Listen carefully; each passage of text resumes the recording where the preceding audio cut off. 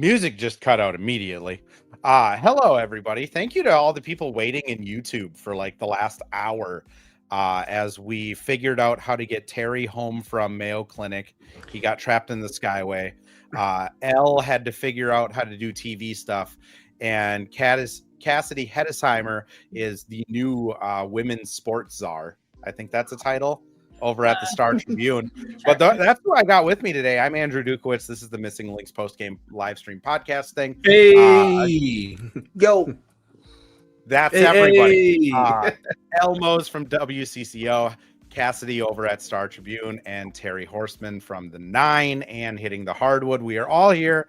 We are all ready to talk Olivia Miles, and this is going to be a fun one. I guess I'll just kind of start going around the horn here in reverse order. Terry, what's kind of your first thought of draft night? Well, Lindsay Whalen said Olivia Miles is already way better than she ever was, and Cheryl said this is the first real point guard they've had since Lindsay Whalen.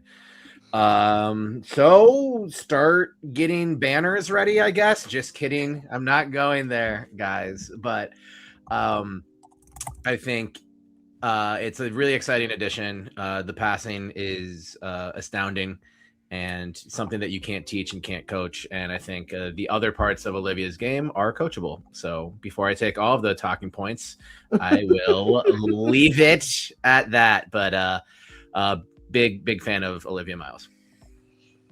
Yeah, Cassidy, what was your kind of first reaction when the pick came in?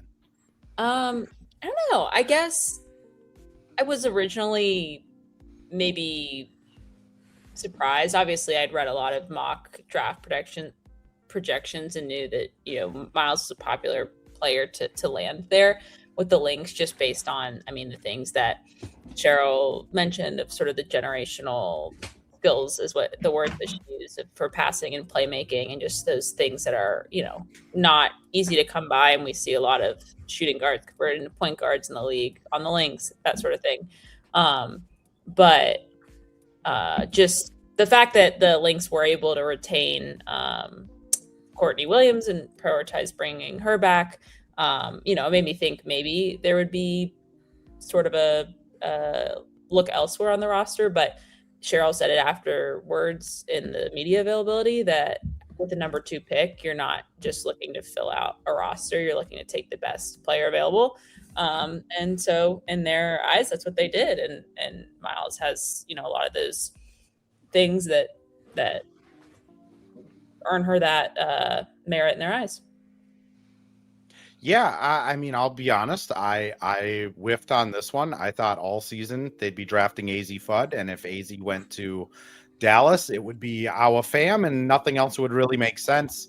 I gave all my reasons of like Cheryl and rookie point guards, yada yada yada. I'll be honest. None of my opinions matter because Cheryl's hit rate is ridiculous. Elle, what was kind of your initial reactions to it? And then I also want to give you the credit. You may have asked the 2 biggest questions from Lynx Media today. Cheryl, what do you think about the stupid fans that are saying you're dumb? Which she was very charming about. Wow. And That's number not 2, is that a direct quote, Andrew? And then number 2, Elle asked Cheryl about Balloon Gate, and we do have an official answer that it must have been AI. So the joke lives on. Oh my God. I learned my lesson to get my questions out first before you guys take all the good ones, and I'm left with the scraps. Okay, so my initial reaction was a little surprised. I just thought we needed height with the loss of Lan, and at the time I wasn't sure about Dorka 100%, and so I just was, and we know Fee's injured, so I just was like, okay, they're for sure gonna go for Awa or Lauren Betts. And I interviewed fans ahead of time. They were saying the same thing. So my first reaction was surprised, but then immediately settling into the decision, I'm so excited. I think this, having someone who's a true point guard, I did not realize it was the first time since Whalen. It makes sense why Cheryl made this move, and just seeing how like watching back all the highlights from TCU season this year with Miles, like the way she sees the floor, I'm so excited about that. I think she's gonna elevate everybody.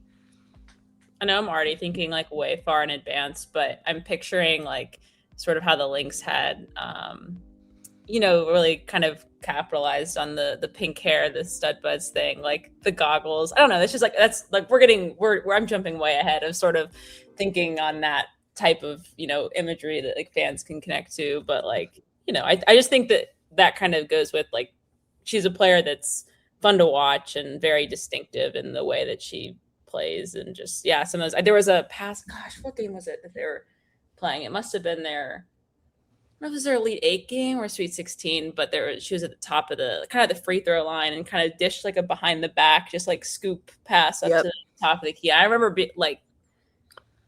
just sort of being like, oh, right. Boy, but yeah, no. She's fully ambidextrous when it comes to passing too. Like when you see the one arm passes, like right, left, doesn't change anything. Some of those one-handed passes are ridiculous, and it's like they're like stupid highlights how excited they are. So a lot of that for the next month before real games start. I mean, I kind of agree with you, Cassidy, of like it does kind of fit the new vibe of the Lynx. Like I think for a very long time the Lynx were kind of this just hard nosed, you kind of have to get to know people to understand the personalities. Like Maya Moore was more reserved. Waylon was funny and a little out there, but more reserved with the Lynx. Simone, Kent has told us how many times that Moan never talked to anyone. Like Syl was not a huge talking person. And really in the last 2 years, we've kind of gotten this much more like vulnerable, open, fun Lynx team where like personalities shine. And like, honestly, the flashy passing, the goggles, I will be calling them rec specs for the entire season, by the way. That's just they were rec specs before they were goggles. So I will be continuing to call them rec specs. But like Amanda has a good point. Goggles on Prowl. Like I do think they are kind of going all in on this kind of just personality team. Let's get it started. I'm ready. Oh my god. What is that? Did this work?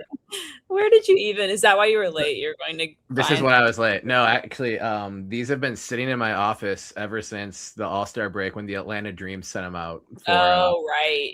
So these are Alicia Gray goggles, so I will take them off, but they were sitting in here. And right when I saw Ben Wagner say, when is the goggles giveaway, I was like, well, I've got some right here, but they feel a little goofy. So I'll wait till I get my Olivia Miles pair. I think you had a real question in there, Andrew. Before goggles on Prowl. I decide what is the real questions, and it's goggles on Prowl. Prowl will for sure have some goggles on. And I thought Prowl had a great reaction at the draft party to the pick, as well as it seemed like the room. I mean, maybe they would have gone crazier for Fam or Betts, but there wasn't like any kind of dissension that I could tell. I didn't stay much longer. I stayed for Janelle McCarville chatting with our friend Sloan Martin. But it seemed like a pretty good, set rate of approval from the fans in attendance at Target Center. Maybe they're being nice because they're scared of Cheryl, but I don't know. There was one. Go ahead, Cass. No, you start. You were actually interviewing some fans. Yeah, I was talking to a couple fans, and of course, the ones that were bummed that we didn't draft a big didn't want to go on camera.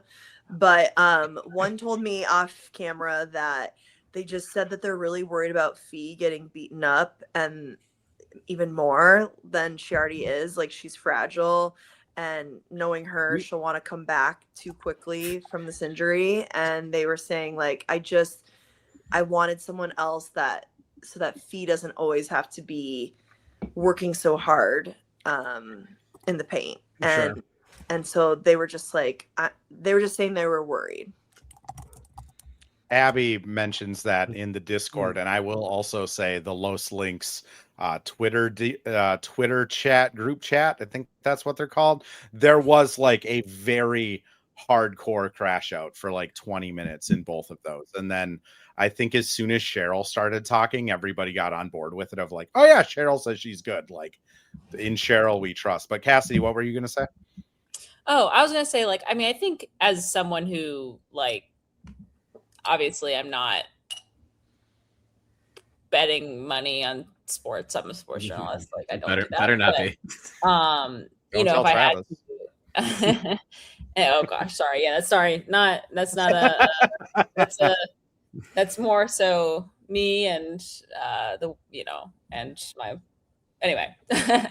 But like, you know, if I had to put something on it and thought, oh, maybe a big, I mean, I think that it's sort of right, like this preconceived like need of like, oh, looking at the roster, like what isn't there, and it's like, oh well, we've got a starting point guard coming back. But I think, you know, now that we have confirmed Dorka back, shout out Cassidy. And he asked the question. Everybody give Cassidy credit on that one because she like did ask it. Off season of being like, she's on contract. Like, I don't know why, but anyway, so that's expected to be back, Reeve said. But then, you know, bringing in Tasha Howard, obviously, you know, more of a four as well, but like, and you know, we've seen some players called into training camp that are intriguing sort of prospects to see. And I thought the question I think you asked about international scouting was kind of interesting. We could get into that eventually, but I don't know. I think that again, kind of circling back to that point that Cheryl made about, you know, taking the best overall pick. I mean, we haven't seen the Lynx play with a true center in a while. Same with a true point guard. And, you know, obviously Sylvia Fowles was like 4-time defensive player of the year, and they had a lot of success like in that style as well. But I guess, you know, this is just me projecting, but like if you're the coaching staff and, you know, Cheryl talked about feeling like there were 2 players in the draft that had generational talent. If you don't think that there is somebody there with that, you know, using that pick on there, like why reshape your whole playing style to fit someone that you don't necessarily think reaches that bar, when there is someone that does, that maybe fits what you're looking for more. What they do to fill those spots with confidence, like that'll be interesting. But yeah, just not through the draft, it seems. Yeah, I think you make a really good point. Like, I think, you know, the generational talents, like Terry and I kind of suspected it was Pham and Miles that she was talking about there. And Betts, like if they would have went Betts, that is what they'd have to do. Like now you're playing an offense where you have a center that doesn't have a lot of range and kind of needs touches on the block to get herself going. And on defense, I mean, you're kind of playing a drop scheme. Like Betts is not a switch everything defender. Like she's a very good rim protector and rebounder, but like this Lynx team, part of the charm is they switch everything and they play fast, which I think you're changing part of that with Betts. Like Pham, I think they're, at least my case for it was like lump of clay, really good passer, has 3-point range, really athletic, 6'5" all of that stuff, but she's also 19. Like in Miles, you're getting somebody that's probably a little closer to win now. And with the kind of big 3 that this team has of K-Mac, Court, and Fee, they kind of do have to take swings still to win now. And I think Miles fits those 3 really well, which Ben asks in the chat, and I'll throw this one over to you, Terry, but just, do we see Courtney move to the 2 and K-Mac slide to the 3 in this kind of new iteration? Reeve had her answer of like, no, but I wonder what your thoughts are, because I do think you're going to have to play those 3 together, right? In the short term, yeah. It's not, I mean, the 3 of them are going to play together. Yes. Is Courtney moving to the 2? No. Are there 2 ones on the court at the same time? Yes. Is this getting confusing? Probably. So I think it'll be really interesting to see the type of lineup flexibility that they get to play with here.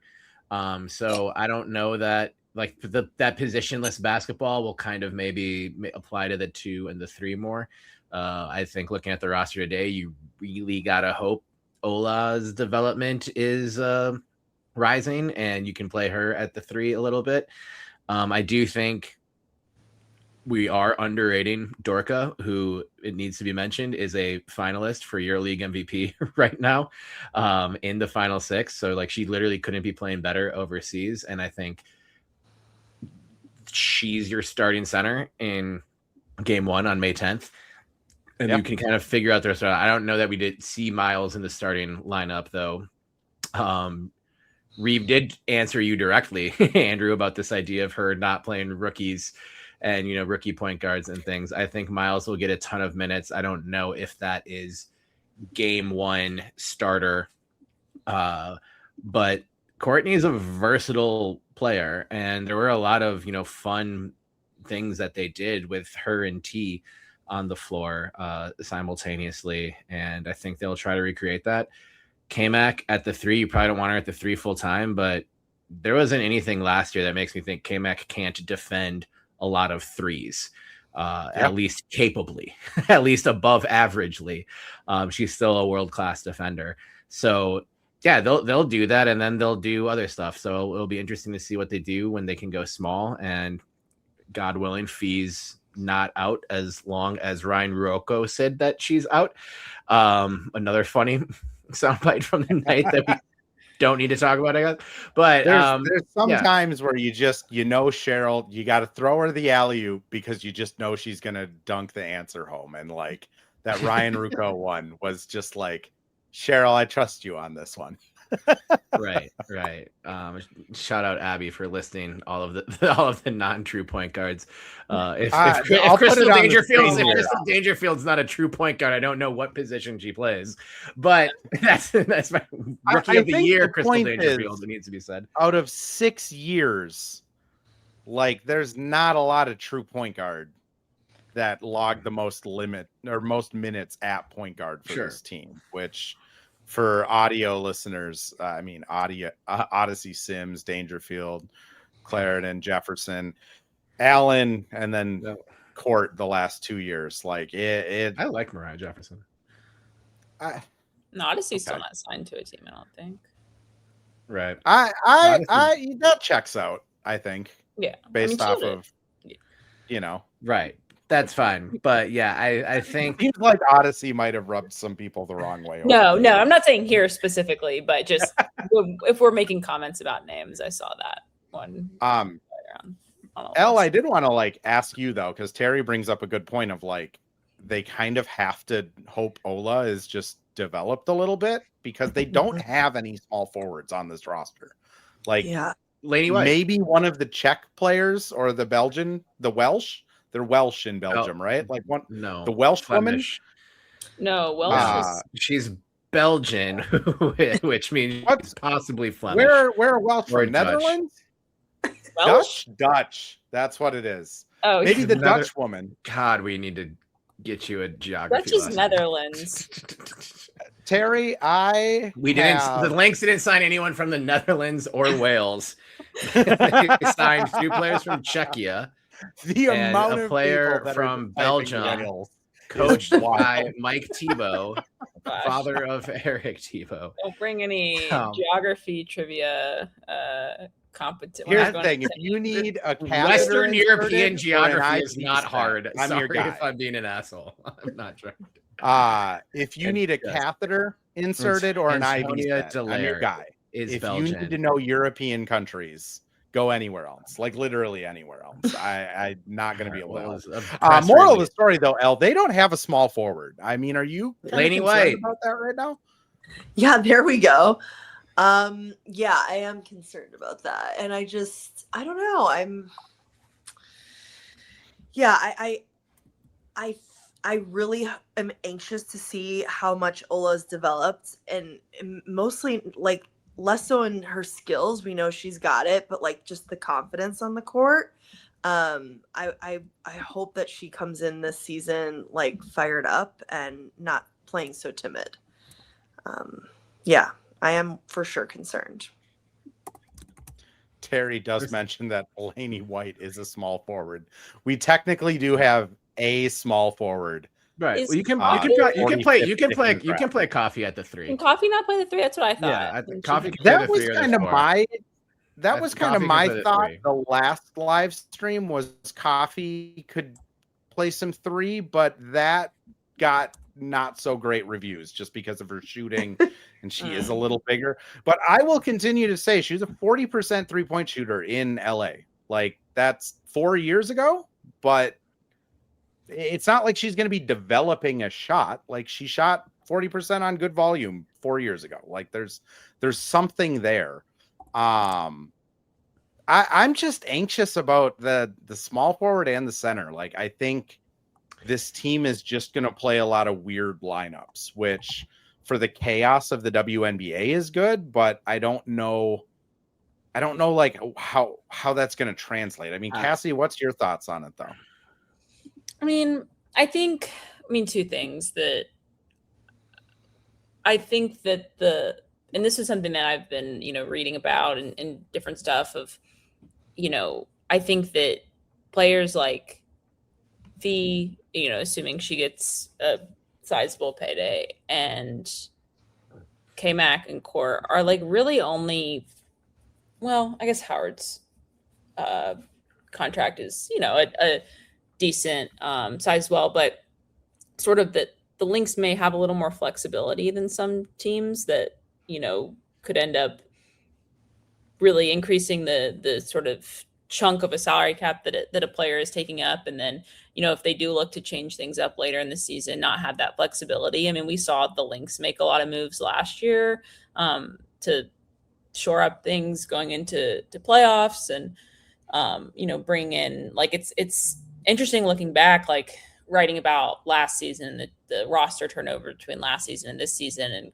and kind of looking at the opening day roster, and Masha wasn't on that roster, and Dejanay obviously was on that roster.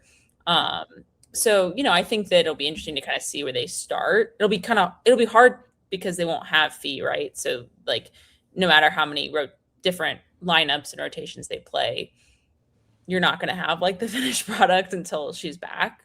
But I don't know. I'll be interested to see some of these, international prospects, players that come in. I mean, looked at, film that looks good. Obviously we'll see how that, matches up when they're playing in the WNBA, but there are some teams like the Mercury, which Minnesota, learned very well. We're able to get a lot out of those players, in their rotation after some of their stars. So I don't know. I think it'll be interesting. I mean, I don't know. I wasn't here ahead of the 2024 season, but I don't know, like, was some of the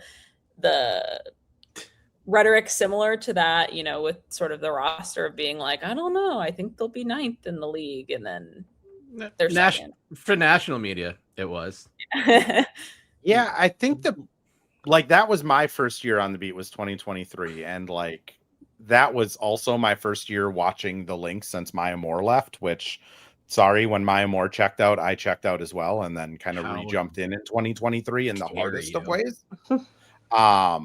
But like, I took a lot of cues from like Terry and Kent, which like you two were both even dangerous. Like in training camp day one, like this team's gonna be like a good playoff team. You meant 2024, Andrew. You said 2023, which is a way different year in terms of 2024. Sorry. So like expectations and the things that happened. So 2024 was the year that it was like, I think national media was pretty down on like the Land and Court like signings. It was kind of undecided on what they would look like. Well, they weren't really down on it, because to be down on it, they would have had to have acknowledged it, which they didn't really do. So the Lynx were kind of just like this team chilling in the middle of the country, and they would occasionally get mentioned and be like, oh, you got a championship coach. Is anything going to happen again? And yeah, it was a good roster that, the pieces all fell together.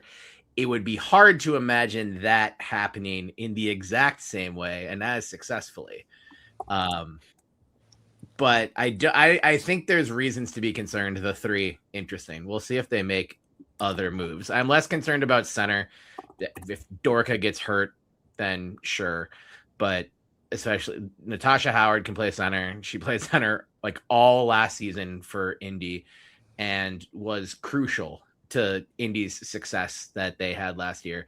All 44 games and the Commissioner's Cup final, of which she was the MVP of, really working the Lynx at Target Center. Sorry to remind you of that, Lynx fans. Painful memory. So going into the draft, I think it was fair to say they felt better about their contingent of bigs than their contingent of littles. So yeah, they got the real power little in Olivia Miles, and I think they may have one in Emma Chekova, this 6'5" Czech player, who was All-Star 5 FIBA World Cup qualifying, has played professionals, and oh my god, I remember Shelby. Oh gosh, I was horrified when Red Panda fell. That is like a core memory that when I am traumatic old and dementia riddled in a nursing home, I will relive at night. Like that was awful. I'm glad she's back. And that was awful. I hope she comes back. Me too. I don't blame her if she never does again, but me too. I hope she comes back. I'm going to throw us over to a couple ad reads here, and then when we come back, I do kind of want to get like a sense of where you guys think the Lynx will kind of wind up this season, just sight unseen, because there is a lot of like doom on social media right now. Of like, is there really? Twitter and Discord have been getting pretty dark in those groups. I don't pay attention. I don't mean to throw you guys under the bus, but like it's gotten, there's been some like, we need to just throw away this season. We're wasting a year of Fee's prime talk. So I do want to let's have a positive segment here, but first ads. That was the Well, hello. Thank you, Livestream Andrew. This is Ad Read Andrew. And today we have Firehawk Construction and Remodeling, the presenting sponsor for the Missing Lynx podcast. Firehawk Construction and Remodeling strives to inspire people to follow their ideas, working with respect and understanding to create a quality, tailored result. Firehawk Construction and Remodeling, located in Blaine and serving in the North Metro area, is here to help you with your building and remodeling needs. I can say personally, thanks to Firehawk Construction and Remodeling, I have a beautiful deck in my backyard and countless projects that I started, they finished. Get started on your new deck or remodel today by calling Isaac at 763-710-5686. And we're back with another ad read, this time for Pence Homes, the presenting sponsor of Hitting the Hardwood Network. From the best tools and technology to transparency throughout the entire process, Nate Pence and the Pence Homes team is the top choice for buyers, sellers, and is proud to support you and your home ownership goals.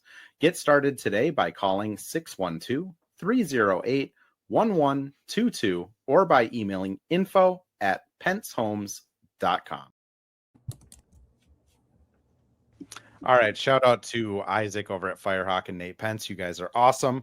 But I'm going to just read a couple. Terry's gone. We lost Terry. Yeah, bye, Terry. The last thing I saw him do was take a swig of a soda, and now he's gone. If he's not back soon, we will be sending out a wellness check. But here are some of the comments that I have come across on Twitter pretty frequently.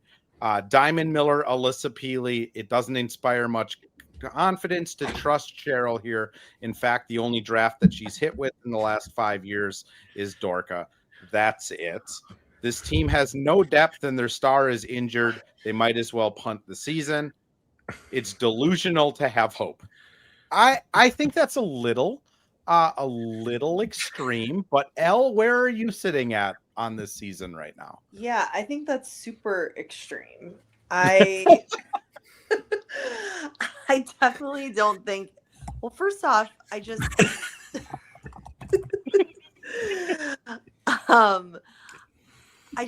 at the end of the day, like, this team has proven time and time again that anytime Fee is out and injured, they can still win. And I know that we're missing players from that core that was continuing to win without Fee, but you still have K-Mac, who, God, I love her. The way she steps up when Fee's not there and like hustles for this team. I think she'll continue to do the same. And I don't think we should just totally throw in the towel, even if he's out for an extremely long amount of time this season. With Dorka back, it's exciting. And, you know, their coaching staff with McCarville joining the staff way back. I don't know, like taking all your champions and bringing them to your coaching staff. There's something to be said there. I don't think that we should poo-poo this team right off the bat, but they always do, and I think it fuels them at the same time. Yeah, I think they enjoy the locker room material. I agree with you. Like, this is going to be a playoff team. K-Mac and Court are both all-stars. Like, you have 2 all-stars and maybe the EuroLeague MVP. That's probably enough to be better than, like, Seattle. I don't know. I think they're going to be fine. Cassidy, where are you sitting at, though? I think, I don't know. I'm always someone, and like, you know, maybe this is right, maybe this is wrong, of sort of like go in with like, I want to say like low expectations, but go in with like sort of realistic, like, I don't know, whatever that means. And then sort of like be impressed if it's better than that.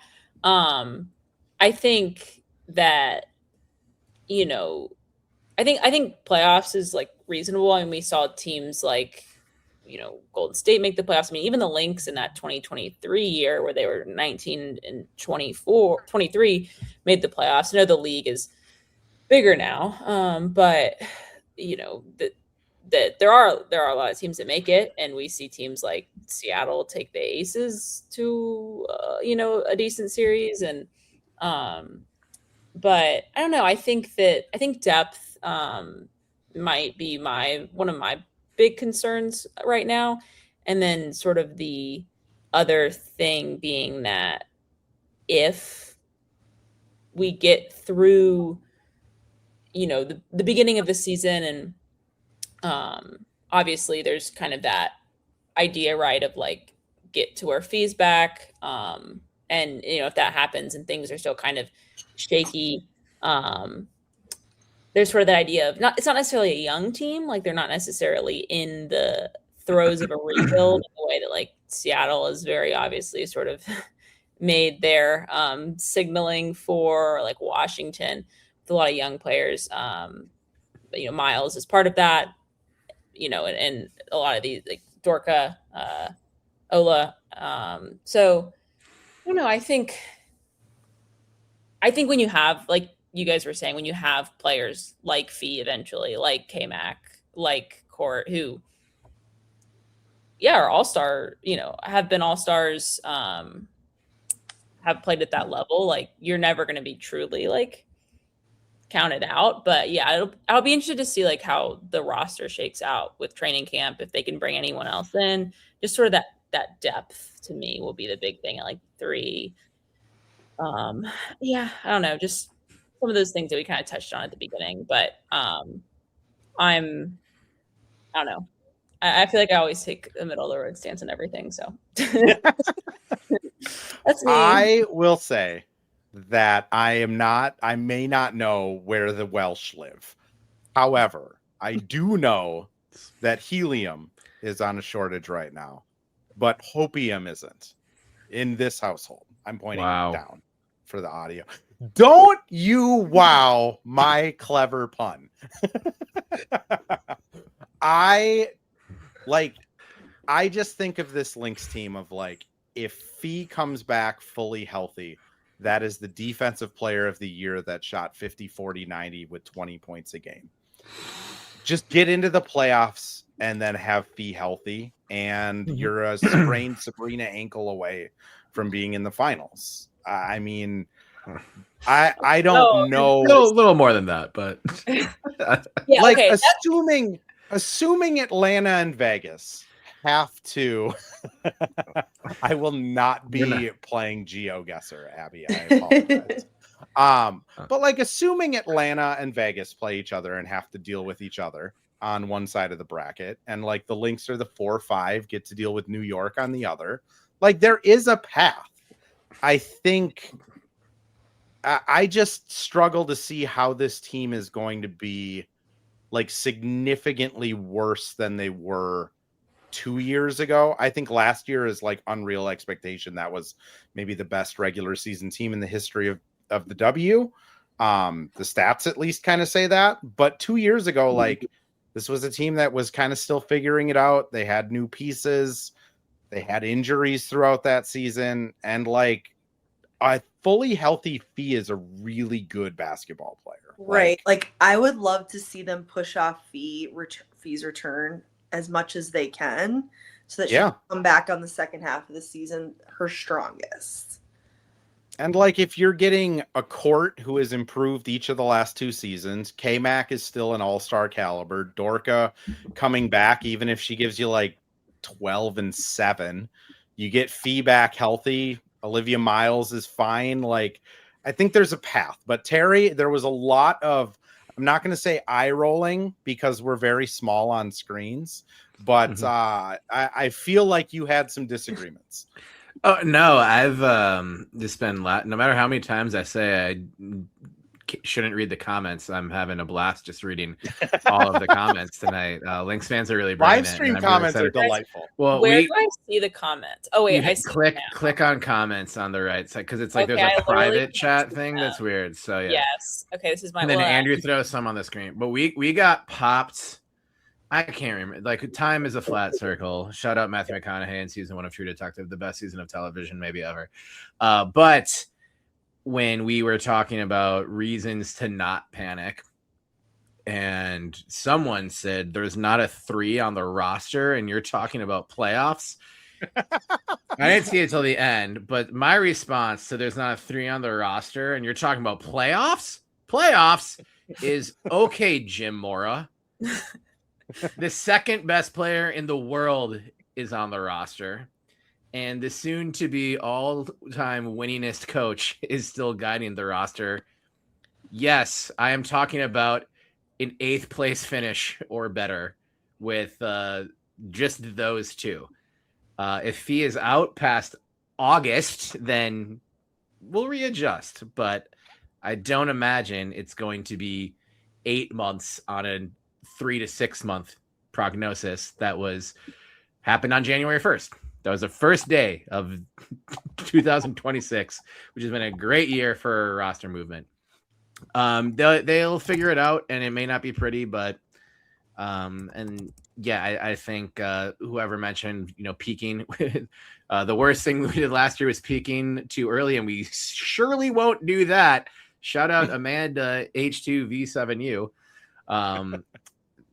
That's accurate or apt. The worst of last season, maybe.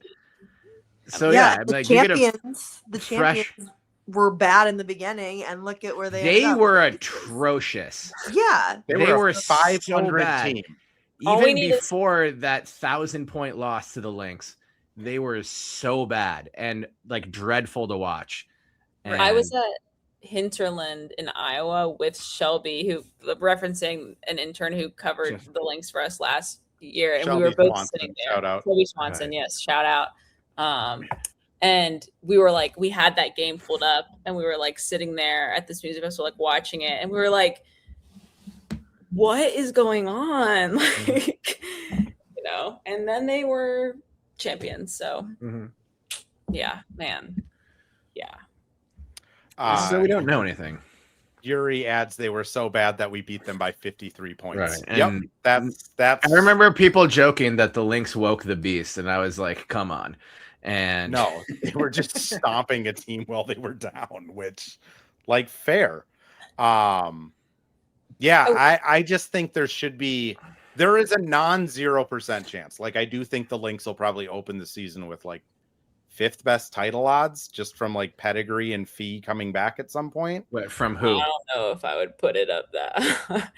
I don't know. I feel like we're always higher on it. Vegas odds are different than like most likely. Like, I think New York, Vegas are 1-2.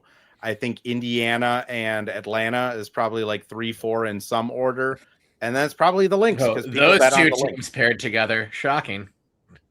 I'm just saying Vegas wise. Most of the year last year, Caitlin Clark was the MVP favorite. Yeah, I was gonna ask you guys, like, do you think, obviously, like, we can look at kind of the Lynx roster in a vacuum, and compare it to last year's or whatever. But then, the fact that, like, I think that we're seeing teams get significantly stronger than they did last year. I'm trying to think of like teams that have seen a significant drop off. Obviously, free agency isn't like all the way finished. Phoenix still has to fill out some spots. They lost. But it's diluted more. But like, I don't know. It's like Chicago's gotten significantly better. Atlanta's gotten better, I would say, with the addition of Angel. Chicago's gotten cooler. I don't know if they've gotten better. Chicago's quick. I just want to answer Ben here. Knowing the national media, we will be at 12. For power rankings, yes. I think Vegas will have a lot of money coming in on the Lynx. Look, Michael Vopel's not going to put this team at 12. Someone at ESPN might. And someone in, some other national newsroom somewhere might. And honestly, I love how Lynx fans love to freak out when that happens. Your response when you see that should be good, because no matter how many times they deny it, no matter how many times they say they don't think about it, that will be hanging in the Lynx locker room at Mayo Clinic Square, at the Target Center. There'll be a third laminated copy that they bring on the road and hang in their locker rooms on the road. They will spend every waking hour working to prove that wrong. And then we'll be the ones at media availability after practice. We'll be like, yeah, cool that the media predicted us to be 12th when they're sitting in like second. And we'll get to do the thing where it was like, it wasn't me. And whoever's Terry dog just like, mentioned, it wasn't me, Hells, and I'll be like, I'm media. Thank you. Oh gosh, the one thing that I don't like to like call out too much like media stuff, because like all of our work is public too, and like I'm sure I have. Really they're all our colleagues. It's all our colleagues and stuff. But there was one thing that I think was funny, just because it was sort of like like Minnesota wishes type deal, but it was like a breakdown of all the player salaries of what the different salary levels could be and how much like different types of players could fit into it. And one of them was like talking about Lan, and they used her as like 600,000 per year as like an example. And I was like, yeah, Minnesota wishes probably that Lan was a $600,000 a year contract type player, because she got paid way more than that. At time of recording, she signed the richest WNBA contract in the history of the sport. Like, I thought that was Bridget. Or Bridget and Lan. Bridget's only 1 year. Oh, Bridget's. Oh yeah, I think Bridget's 1 year. Yeah, Lan signed a 3-year max. She's the only person to do that so far. Wow, good for Lan. So total. I mean, honestly, like, I love Lan, but like, Cortado is on you then, Lan. Yeah, literally. I do want to let's do one more thing before we get out of here, of just like, if we were collectively power ranking as a group, like, right, 1, 2, you can say New York, Vegas in that order, right? In some order. Vegas New York is 1. I don't know. You guys keep going. Yeah. I mean, I'm not going to argue with you. I think they're like comparable enough where it's just like, yeah, it's the champs, and then also there is some. New York didn't finish the season well, or didn't finish the playoffs well, and Satu is an incredible addition, but I think you can question the full season health of Stewart, and there's also just been so many health concerns with Sab in the last couple of years as well. So I don't even know if I put New York too. BC did sign a 3-year contract. I was incorrect on that one. So if BC is at least you were right about Wales. 748. If you didn't put New York at 2, Terry, who would you put it to?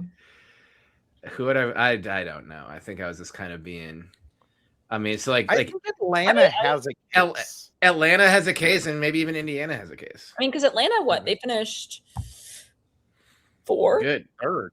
No, three, Third? right? Because the Fourth? Lynx were the 1 seed, so then they were playing Phoenix. And 4. Angel fits what they do, and they're bringing everyone back, and they've got a great coach. Yeah. Atlanta's too. Yeah, Atlanta's too. Come at me, Liberty fans. So I don't know why Atlanta's you're on this live stream. But we just doing this if you're together. A Liberty fan on a Lynx post draft live. We'll put New you're York a diehard. 3. New York 3. Sure. Because I do think there is a gap between like New York and Indiana, unless Caitlin Clark is just like otherworldly, which We don't know. we don't know. We haven't seen her really play basketball in a year. In a while. So Indiana will go 4. Who's like that in that 5th, 6th spot then? LA, Phoenix, LA, Dallas, Minnesota. Phoenix. How do you think about Golden State this year? Golden State. And Yeah, obviously they were in the playoffs. They had Gabby Williams. They had Good coach. Bringing back Burton. bringing back a lot of those same players. I think they'll be like they theoretically should be a playoff team. I put Golden State 5. I would maybe even put Golden State ahead of Indiana, but Really keep them at 5. interesting. Yeah. Indiana I'm played. not willing to put Golden State ahead of Indiana, but I will hear the case if you would like to make one. Name Indiana's best defensive player. It's It's Aaliyah Boston. Pretty incredible, but she can't guard 5 people. Aaliyah Boston and then maybe Lexi Hull. How do we think? That's not good. I'm looking at the chat. What do we think about like Dallas, and what do we think their ceiling is with the Lynx front court now? So this is partially why the other day I was like, I think Dallas might be going Miles. Because there are a lot of hands in Dallas that need the ball. And I don't know who's always passing that ball. Right. Yeah. That's where I was seeing that so much in these like mock predictions that Dallas should take Miles because Paige needs the ball in her hands more and Arike needs the ball in her hands more, and like no one's passing. And so it's interesting. Like everyone's like, if Dallas is smart, they should go Miles. So we're the smart ones now, I guess. Dallas is weird. Like I'm not putting refuse to Dallas say above Dallas the Lynx. Smart. Well, it's Like it's not the Dallas you're used to with right, but Miller like the and Lan and Fernandez, Jess but- contracts, I'm going to preface this by saying I think they are delightful people, and I am glad they got paid. But Negative designating comment like about Jessica 30% Shepard of from your Andrew contract. incoming. No, like designating like what? Get ready to yell at Andrew 2 Lynx and fans. 1.1, like designating like 35% of your salary cap to the centers of the Minnesota Lynx. It's an That's overpay for wild. Jess, for sure. It's an overpay for Jess, for sure. It's wild. And Um, it's in terms of cap percentage. I love Jess. I'm happy she's got that. oh, I'm ecstatic for Jess. Shout out Nebraska. But yeah, I'm not. Yo, I don't know where this assignment was not assigned by the teacher before the class was in session tonight, guys. So I don't know where I'm putting Dallas in these final power rankings, but on the list of teams that I think are better than the Lynx right now and could see them out playing the Lynx for the course of a season, based on everything, based on players who are ready to play now, players who are hurt and coming back, coaching staff, everything. I'm not putting Dallas above the Lynx. That was kind of my point of this exercise, is to see like how far down the list we would get before it's like, in good faith, can you put this team definitively above? Which, like, I think Dallas is in that. I think like Golden State I would put above the Lynx. I don't know if I'd put Phoenix above the Lynx. Yeah, Phoenix. I need to spend more time with Phoenix's roster, but They've got Alyssa Thomas coming. Seattle certainly not. Portland Thomas certainly is not. coming back. Toronto certainly not. Connecticut certainly not. Washington certainly not. We haven't mentioned LA yet, and LA is interesting. LA is going to be Yeah. fun. Yep.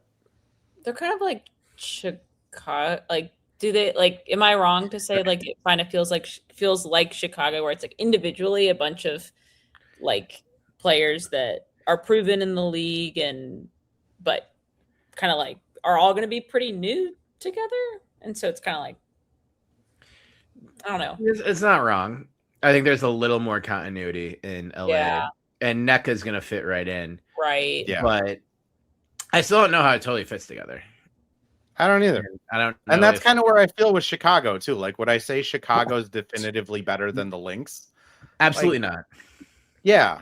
Like it just, if it works out potentially, but like I can't say that in good. Like, And I feel the same way with the Lynx, like or the Sparks. Like there's a case to be made that like the Hambry, NECA, Plum, and surrounding pieces is going to be really good, but like it also could just be really bad and weird.